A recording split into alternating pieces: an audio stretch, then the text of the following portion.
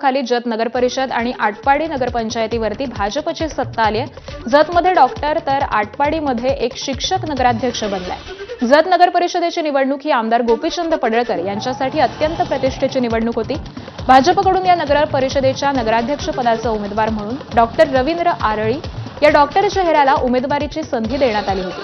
भाजप, काँग्रेस आणि अजित पवारांच्या राष्ट्रवादीमध्ये तिरंगी निवडणूक झालेली। भाजपने या निवडणुकीमध्ये शिक्षक असलेल्या युटी जाधव या चेहऱ्याला नगराध्यक्ष पदाचा उमेदवार केलं आणि दुसरीकडे शिंदेच्या शिवसेनेला देखील या निवडणुकीमध्ये बरोबरीचं यश मिळालेलं आहे। मात्र नगराध्यक्ष पदावरती भाजपचीच वर्णी लागली। विजयाबद्दल आमदार गोपीचंद पडळकर यांच्याशी संवाद साधलेला आहे आमचे प्रतिनिधी कुलदीप माने। आपल्यासोबत आमदार गोपीचंद पडळकर जे आहेत।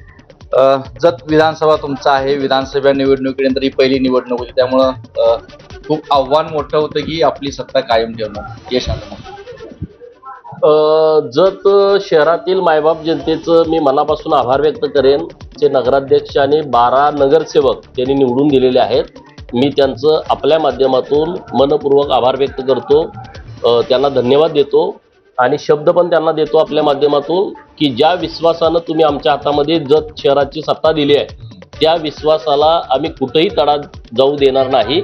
जो शब्द निवडणुकीच्या निमित्तानं आम्ही दिलाय तो येत्या 5 वर्षात पूर्ण करणार। भारतीय जनता पार्टीच्या सोबत लोक आता मी बघतोय अनेक वर्ष की लोक भारतीय जनता पार्टीच्या सोबत राहत आहेत। भाजपच्या 127 मधला शेवटचा आकडाच इतक्यापर्यंतच तुम्ही राहिलाय, म्हणजे 7, 8, 9 शेवटचा आकडा किती 9 पर्यंत असू शकतो।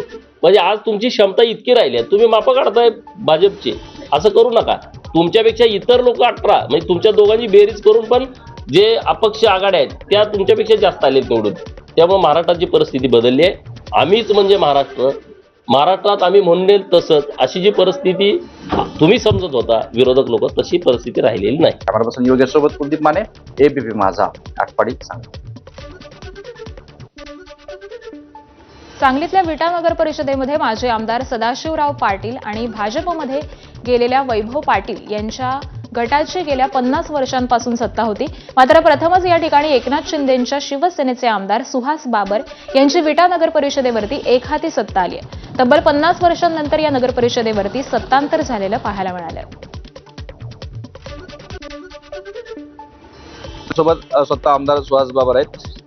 तब्बल 50 वर्ष विटा शहरासाठी सत्ता काबीज करण्यासाठी संघर्ष करावा लागला। तुमचे दिवंगत वडील अनिल भाऊ बाबर यांचा देखील विटा शहरामध्ये मोठा विकासाचा वाटा राहिला। आज काय आठवणी आहेत या सगळ्या विजयाबद्दल? ऐतिहासिक विजय आज आम्हाला विटेकर लोकांनी दिलेला आहे। खूप मोठं मॅन्डेट आम्हाला दिले। 26 पैकी 22 जागा आमच्या नगराध्यक्षपद खूप मोठं यश आम्हाला मिळालंय आणि या इथंपर्यंत म्हणजे 50 वर्ष अनेक लोकांनी ही सत्ता जावी म्हणून संघर्ष केला होता, पण इतक्या वर्षाच्या संघर्षानंतर आज आम्हाला सत्ता परिवर्तन करण्यासाठी यश मिळाले।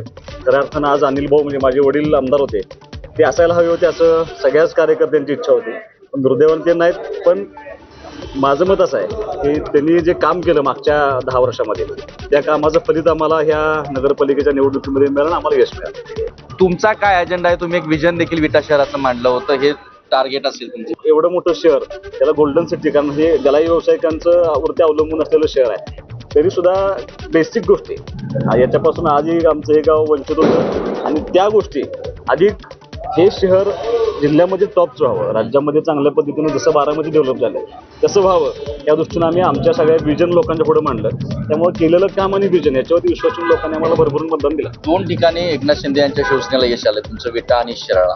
काय ताकद वाढली? नाही, ताकद निश्चितपणे वाढली। फक्त वाईट याचं एकच आहे की आमच्या आटपाडी यायला हवं होतं, पण दुर्दैवानं आटपाडी गेली। आम्ही 3 ठिकाणी ताकदीने लढलो होतो, आटपाडी, विटा आणि शिराळा आणि विट्यामध्ये आम्हाला भरघोस असं यश मिळालं। मला असं वाटतं की निश्चितपणे इथून पुढच्या काळामध्ये एकनाथ शिंदे साहेबांचा विश्वास ठेवून जिल्ह्यातली सगळी लोक ते हळूहळू शिंदे साहेबांच्याकडे येतील आणि आमचं पक्ष वाढेल यात पुढे शंका नाही।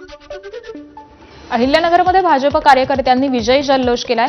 यावेळी राज्यात महायुतीने केलेल्या भरीव कामांना मतदारांनी नगरपालिका निवडणुकीमध्ये यश दिल्याचं अहिल्यानगरचे भाजपचे शहर जिल्हा सरचिटणीस निखिल वारे यांनी म्हटलंय। तर नगरपालिका तो बस झाकी है, महानगरपालिका अभी बाकी है असं म्हणत महानगरपालिकेत देखील भरीव यश मिळणार असल्याचा विश्वास त्यांनी व्यक्त केलाय। अजून तर महानगरपालिकेची निवडणूक होणे बाकी आहे।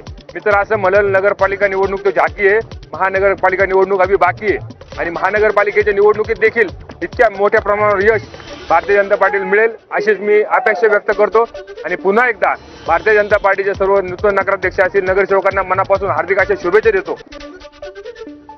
मुख्यमंत्री फडणवीसांचं शहरीकरणाकडे असलेलं लक्ष यामुळेच भाजपला विजय मिळाल्याचं माजी मंत्री बसवराज पाटलांनी म्हटलंय. बसवराज पाटील यांच्या नेतृत्वात धाराशिवच्या मुरुमसह लातूरमधील 4 नगरपरिषदेमध्ये भाजपनं विजय मिळवलाय. 40 वर्षांमध्ये पहिल्यांदाच मुरुम नगरपरिषदेवरती कमळ फुललं. त्याबरोबरच नगरपरिषदेपेक्षा महानगरपालिका आणि जिल्हा परिषदेमध्ये मोठा विजय मिळेल असा विश्वास देखील त्यांनी व्यक्त केलाय. या ठिकाणी आमचे बंधू जे बापराव पाटील निवडून आले ते पूर्वीपासून या शहराच्या विकासामध्ये त्यांचं जास्तीत जास्त लक्ष राहिलेलं आहे आणि आता लोकांनी त्यांना परत नगराध्यक्ष म्हणून संधी दिलेली आणि मला खात्री आहे की सरकार आमचं आहे, मुख्यमंत्र्यांचं आमच्याकडे पूर्ण लक्ष आहे.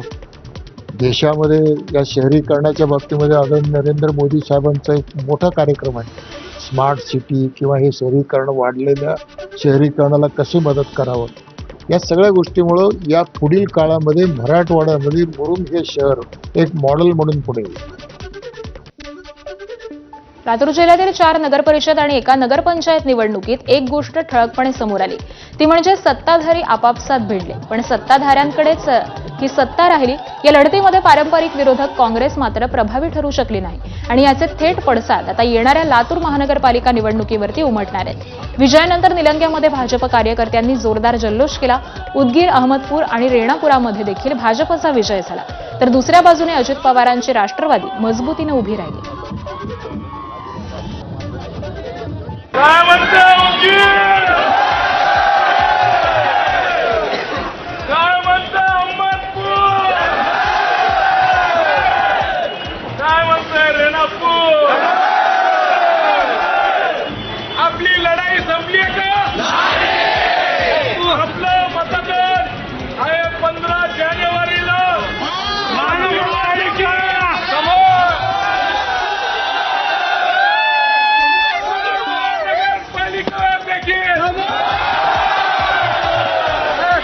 लातूर जिल्ह्यामध्ये काँग्रेस मुक्त लातूर हा करण्याचा निर्धार आम्ही भारतीय जनता पार्टी आणि राष्ट्रवादी काँग्रेसनी आम्ही महायुतीने करण्याचं ठरवलेलं आहे. आता येणाऱ्या महानगरपालिकेमध्ये सुद्धा असाच विजय आपला त्या ठिकाणी होईल हा विश्वास या मिरवणुकीच्या दरम्यान मी या जनतेला या ठिकाणी देतो.